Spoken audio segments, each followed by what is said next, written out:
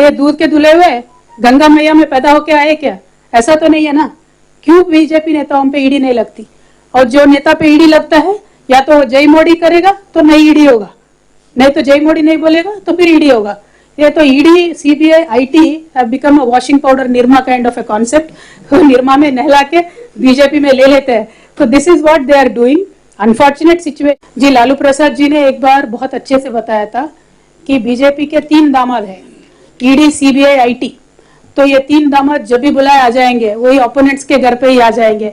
तो हालत तो ऐसा ही है, क्योंकि जब से बीजेपी पावर में आई है तब से लेके आज तक तकरीबन 25,000 केसेस ऑपोजिशन लीडर्स पे लगाए गए, लेकिन एक भी केस बीजेपी नेता पे नहीं है। आज जनता को यह सोचना चाहिए कि बीजेपी के नेता पे ईडी क्यों नहीं लगती, आईटी क्यों नहीं लगती, सीबीआई क्यों नहीं लगती? क्या ये दूध के धुले हुए गंगा मैया में पैदा होके आए क्या? ऐसा तो नहीं है ना। क्यों बीजेपी नेताओं पे ईडी नहीं लगती? और जो नेता पे ईडी लगता है या तो जय मोदी करेगा तो नहीं ईडी होगा, नहीं तो जय मोदी नहीं बोलेगा तो फिर ईडी होगा।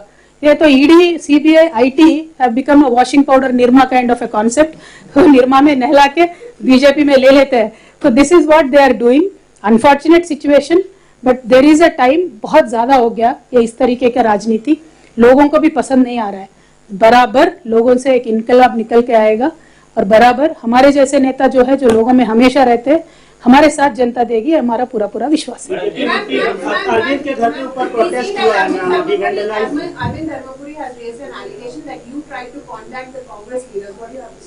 मैडम, मैंने अभी तक बताया था, वो एलिगेशन किस तरीके से अरविंद जी के सपने में है मुझे तो नहीं मालूम, लेकिन आप तो नेशनल चैनल पे काम करती है मैडम, आप खड़गे जी को फोन लगा के पूछे क्या मैंने खड़गे जी से फोन किया है, बात किया है। वैसे मुझे किसी भी पार्टी में ज्वाइन करने में कोई भी इंटरेस्ट नहीं है। हमारा पार्टी टीआरएस, अभी बीआरएस बनाए, कल को नेशनल लेवल पे काम करेगा। हम बराबर नेशनल लेवल पे काम करेंगे।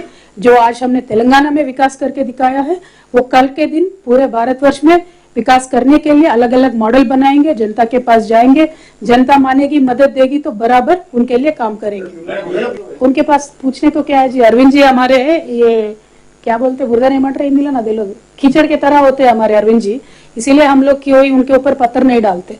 बहुत चिचोरा किस्म के आदमी है उन्होंने, लेकिन आज उन्होंने एक एलिगेशन लगाया, इसीलिए मैं जनता को क्लियरिटी देने के लिए मैं यहाँ आके बात कर रही हूँ, वरना उनका नाम लेने के भी लायक नेता नहीं है वो। आज अनफॉर्चुनेट है बीजेपी में इस तरीके के नेता है। तो मैं जनता से इतना ही अनुरोध करना चाहती हूँ, आप पॉलिटिक्स में डिग्निटी मत गिराइए।